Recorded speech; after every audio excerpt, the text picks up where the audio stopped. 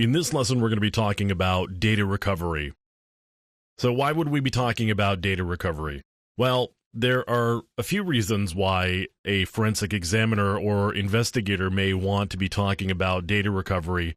The first is it's possible that there may have been an attempt to destroy the piece of evidence, say a hard drive, or at least the data on it. And so you would need to understand basic data recovery techniques in order to recover the data so that you could present it as evidence. So some simple data recovery techniques may simply be just getting the hard drive repaired, or the components that the hard drive uses to connect to the PC. So maybe there was an attempt to destroy the SATA connection, for example.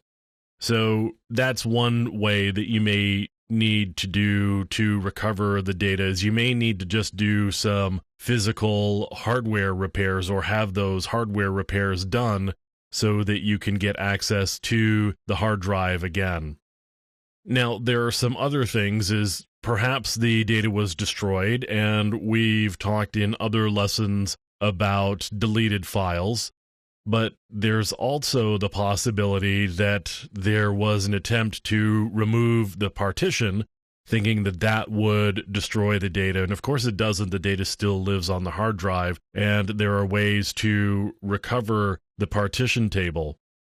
Now, there are a handful of tools that are available for different platforms to be able to recover data. And we're looking at one right now. This is called Recover Data. This happens to be a trial version. And I'm just going through a simple data recovery scan on this particular system. And you can see that there are a number of files that it's found. So we found some deleted files that we may be able to recover here. So any number of these deleted folders or files could be recovered using this technique. Now, this has just done a search for deleted folders and files, and there are certainly other tools that are available in cases where maybe the media has been damaged or appears to be damaged, or where the partition table or the file tables have been destroyed. So here's a utility that actually runs under the Macintosh system or Mac OS, and this is called Disk Warrior. And what Disk Warrior is capable of doing is it's capable of actually rebuilding the directory. So it's capable of looking at damaged directories and rebuilding them so that all of the files that may have been lost are now recovered.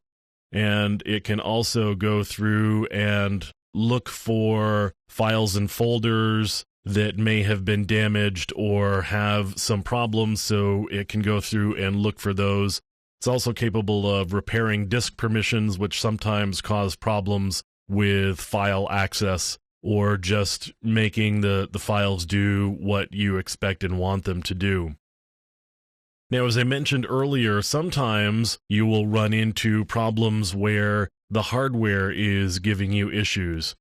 So a tool like Disk Warrior here is actually capable of doing some diagnostics and tests, and you can have it do these tests and make sure that the hardware is performing the way you would expect it to. Now, I can't actually run any of these tools against my primary hard drive because my primary hard drive is currently in use.